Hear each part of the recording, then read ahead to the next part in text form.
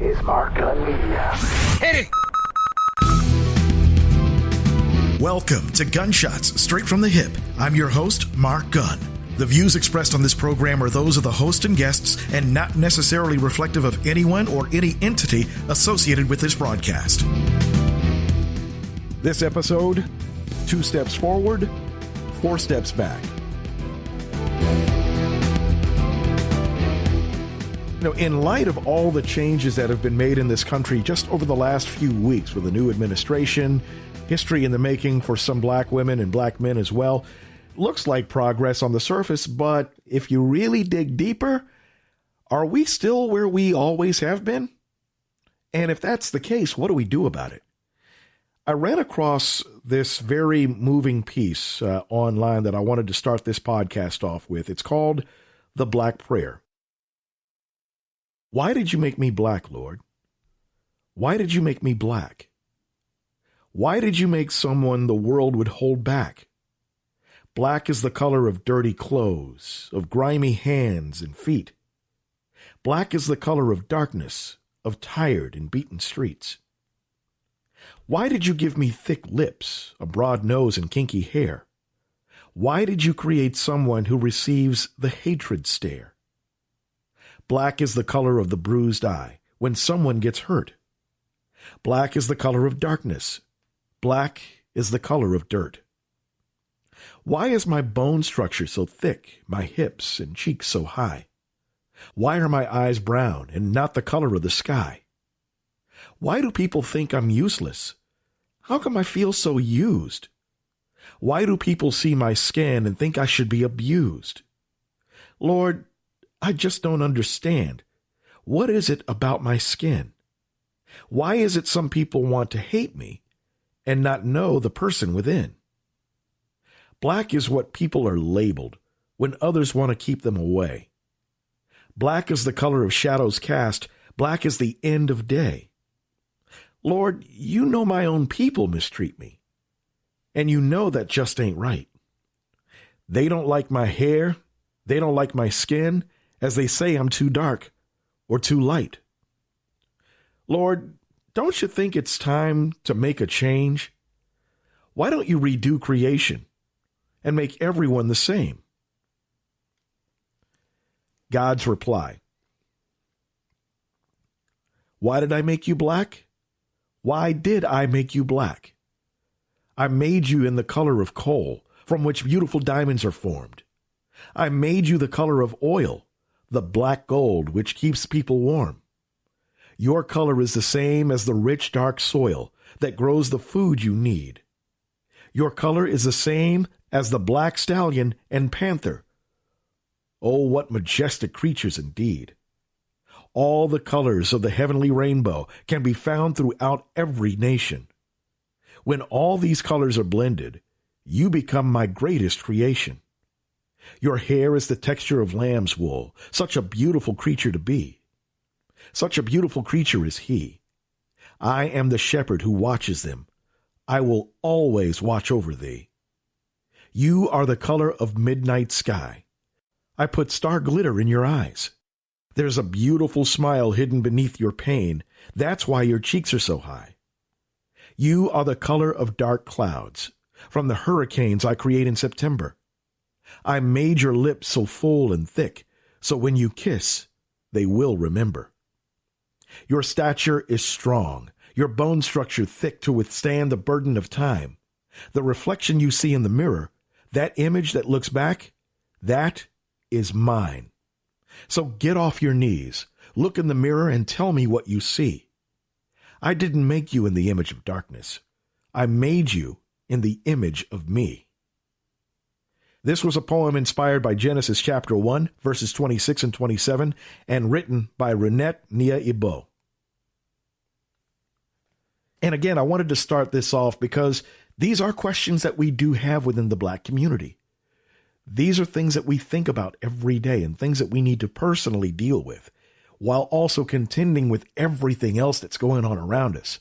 Like I said in the onset, yeah, we're making progress, but for all the progress we're making, we still have quite a few setbacks. For 40 years, Lloyd Austin was a barrier-breaking soldier, the first black officer to command a division in combat and command a theater of war. He had some of the most difficult commands, including Iraq, before the 2011 U.S. withdrawal. It's going to take the Iraqi government, the Iraqi people to continue to make the right decisions, work together. President-elect Biden worked with Austin in Iraq and attended the ceremony where Austin received command. And the vice president's late son, Beau Biden, who died in 2015, served on Austin's staff. In an article today, Biden calls Austin calm under pressure and praised Austin's logistical success in withdrawing from Iraq. Biden says Austin will use those skills to quarterback COVID vaccine logistics. Biden wrote they align strategically, and Austin's nomination was a, quote, milestone. This really is historic. African Americans have served in higher numbers than their percentage of the population of the United States. So it's about time. Dana Petard is a retired two-star general who served with Austin in Iraq when they fought ISIS. He's the author of the book Hunting the Caliphate. He had our forces with all of our coalition allies fight ISIS on numerous fronts. It took strategic vision and an operational approach to be able to pull that off. And that was General Austin. Austin also served in the Pentagon as the former Army Vice Chief of Staff. He ran the day in and day out staff business in the Pentagon. So he has intimate knowledge of things, at least on how the Pentagon should work as a senior leader. But Austin's nomination has critics. He retired only 4 years ago and would therefore need a congressional waiver to serve as the civilian Secretary of Defense. Congress has only approved that waiver twice, for former World War II five-star General George Marshall and for President Trump's first Defense Secretary James Mattis, Austin's predecessor at Central Command. In 2017, top Senate Armed Services Democrat Jack Reed supported Mattis's waiver but warned it was the last. Waiving the law should happen no more than once in a generation. Therefore, I will not support a waiver for future nominees. Today, Reed kept his options open during a windy interview. In all fairness, you have to give the opportunity to the nominee to explain himself or herself. That's what I think the principle is. The Congress has, since the 1940s, required that for someone to become Secretary of Defense, that they have been separated from that chain of command for a long enough time back into the private sector that they still they aren't still part of that sense of following orders. Danielle Bryan is the executive director of the Project on Government Oversight, which opposed Austin and other prospective nominees. She's also concerned Austin joined the board of Raytheon, one of the country's largest defense contractors, a few months after he retired. We want someone who has a broader perspective than sort of the same old cycle of the military-industrial complex that has been spiraling now for decades.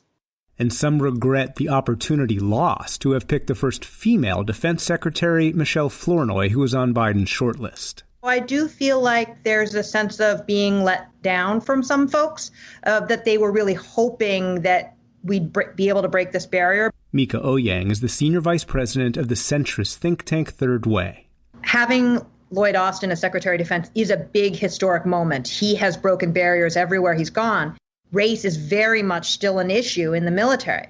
But at the same time, so is gender. Both of those issues, racism and gender discrimination, are going to be on the plate for the next Secretary of Defense. Austin's defenders say he is a warrior diplomat who can deal with those issues and align with President-elect Biden's restraint. Someone who is more tied to the Defense Department and who has been in combat themselves will be a little bit more reluctant to want to send our sons and daughters to combat unless it's absolutely necessary. And Lloyd Austin is that type of individual. From the first black Secretary of Defense to something we've known about for decades. I think my biggest takeaway was that in many ways we saw white privilege on display in the U.S. Capitol. You had many people who are Black, who are Latinx, who are Native. You had many people looking at what those white domestic terrorists were doing and were thinking that if they had been Black, they would not only they would have certainly been arrested, but people believe that they would have even been killed. And so I think that the fact that they were able to lay siege on the U.S. Capitol and in many cases walk out without being arrested, even guided out by the police, really, for me, was white privilege on display.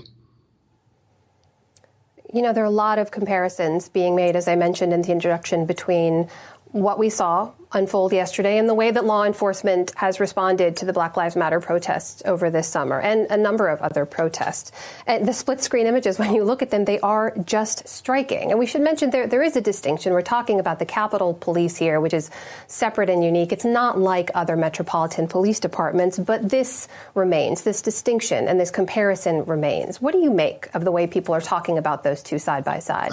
I'm so glad that people are recognizing that extreme double standard, the ways in which police officers are able to show extreme restraint for violent white terrorists who are laying siege on the U.S. Capitol, while they do the very opposite, oftentimes for peaceful demonstrators who are protesting against racism and police violence. And let me say, when I say peaceful, I'm not just sort of saying that without data. I mean, one study that analyzed upwards of 8,000 demonstrations last year that were demonstrating against racism found that 93% of those demonstrations were peaceful. And I'm a professor. If you get a 93, that's an A.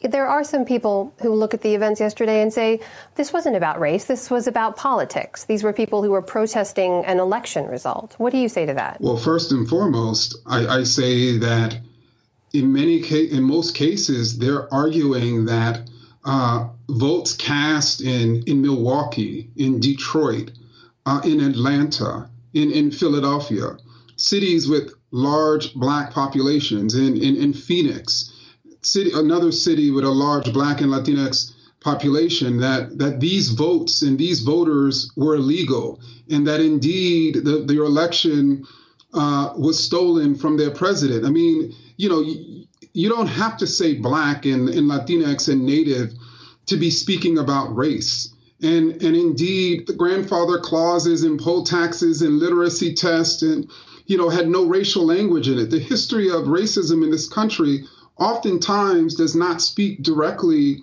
and openly about race, but we know race and racism when we see it and hear it. We've reported on the number of people who've been arrested so far as a result of the action. We know D.C. police say that they're investigating. Federal officials have said they're looking for some of the people. There's scores of video and still imagery evidence for them to go through. But in the way of accountability, what do you think needs to happen next? Well, I mean, I think those of us who study the history of racism, and even those of us who study the history of white domestic terrorism, one of the things that we find is again and again, over and over, those who engage in this form of terror are simply not held accountable. I mean, the Confederates were not held accountable at the scale that they should have. Many of the people who engaged in lynchings were, of course, not held accountable. Police officers who kill people in cold blood are not held accountable. And then these white people who lay siege on the U.S. Capitol, will they be held accountable? I mean, that's the question that people are asking. Will the President of the United States, who riled them up, who called them to D.C., will he be held accountable? Will other Republican congressmen and women who also aided and abetted, will they be held accountable? That's the questions that we're asking. That what we saw at the U.S. Capitol is part of us. That is who we are. It's not all of us, but it's part of us. It's part of America. There's a long history of white domestic terror laying siege on American democracy. And we have to own that and accept that, because that's the only way we can rid this country of it. One of the other ongoing issues we continue to face is in healthcare. And here's the catch-22 that we find ourselves in. We, as Black people, have a healthy skepticism of the healthcare system. History backs that up. But when it comes to the coronavirus vaccine, we're the ones dying from the virus, but we're not getting the vaccine at the rate that whites are getting it. Why are Miami-Dade, Broward vaccinating black residents at slower rate than white residents? The relief of seeing his father and uncle get their COVID-19 vaccines came with some discouraging news for Dr. Hansel Tooks. Both men were upset at how few fellow black people were getting their shots. My dad was despondent over this, asking me, "What are you doing about this?" "Knowing that it's the kind of thing that keeps me up at night," said Tooks, a University of Miami physician and professor who has pioneered health equity in the city. Statistics released this week by Florida's COVID operation show that Tooks' family experienced a fairly typical day in a vaccine operation that has steadily left black residents behind.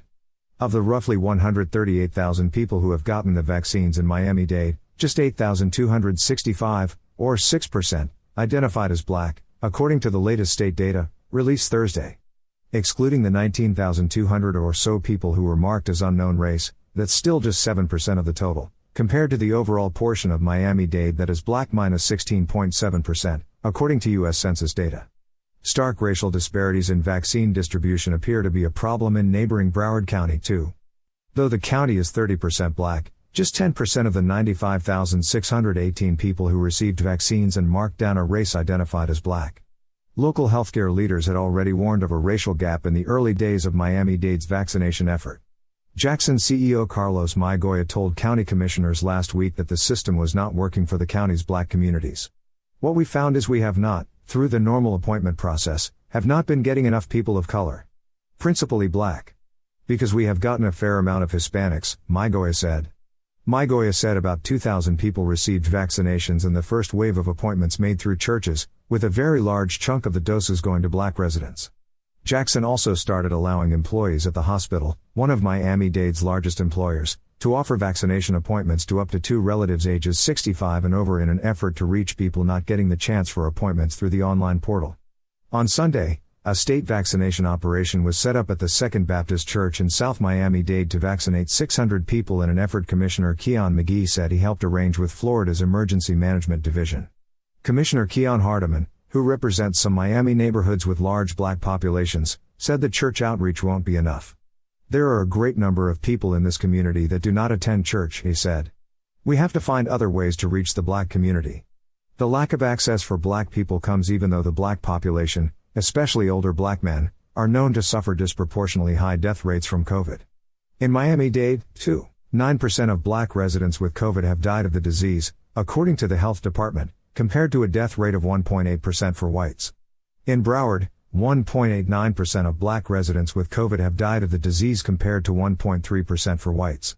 But the hospitalization rate has been nearly twice as high for black residents diagnosed with COVID minus 8.7% of all cases, than it has been for white residents, about 4.4% of all cases. Much of the current vaccination process favors people with easy access to the internet, and the time to pounce on reservation windows that often begin midday and can last less than 30 minutes before vaccination slots are filled online.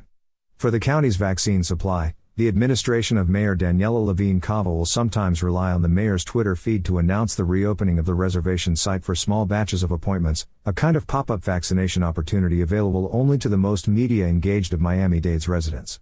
Barry Bloom, an infectious disease expert at Harvard T.H. Chan School of Public Health, described that system of alerting vaccine availability on social media channels as mind-boggling and not grounded in any public health principles.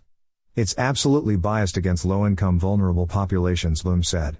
"It's a guaranteed intrinsic bias." On Thursday, Levine Cava noted the county has also sent mobile vaccination operations to provide shots to residents of public housing who are 65 and older. Visiting the complexes, she said it was clear the online system for vaccination slots at drive-through locations was going to leave behind large chunks of the population. All the people in line I spoke to hadn't attempted to get an appointment anywhere else. They didn't have cars. They don't use the internet, she said. Levine Cava also said some vaccinations made through the county website were for state health department vaccination clinics in some underserved neighborhoods, including Perrine in South Miami-Dade, Little Haiti and the area around Jackson known as the Health District. "It's very valuable to go where people live." She said the main challenge facing the county for improving vaccination rates in black neighborhoods is the lack of supply of doses. Miami-Dade had to shut down vaccination sites this week after being told Florida wasn't sending the county government more doses. Like I said, for all the history we're making this year, we still have our challenges. Coming up, speaking of history, you'll hear from America's youngest poet laureate and a young lady whose performance at the inauguration is turning into some really big things for her. Right after this. If you're an advertiser, one of the most important things about getting your message out is actually standing out from the rest of the crowd. If you're listening to this program right now, this is where you'd hear your commercial. As an exclusive sponsor of Gunshots Straight from the Hip, your commercial is professionally produced and gets a longer shelf life based on your needs. Gunshots Straight from the Hip is a unique and compelling program unlike anything else in the marketplace. Episodes are available for download on iTunes, TuneIn, and MarkGunMedia.com. And depending on how you tailor your message, the potential for new and repeat customers is that much greater. Best of all, it's extremely cost-effective. If you'd like more information on how you can be a sponsor of this broadcast, call Mark Gun Media, Inc. at 502-407-0283. That's 502-407-0283. Or log on to markgunmedia.com. For downloads of this and past episodes and information about all the multimedia services we offer, log on to our website at www.markgunmedia.com. That's markgunmedia.com.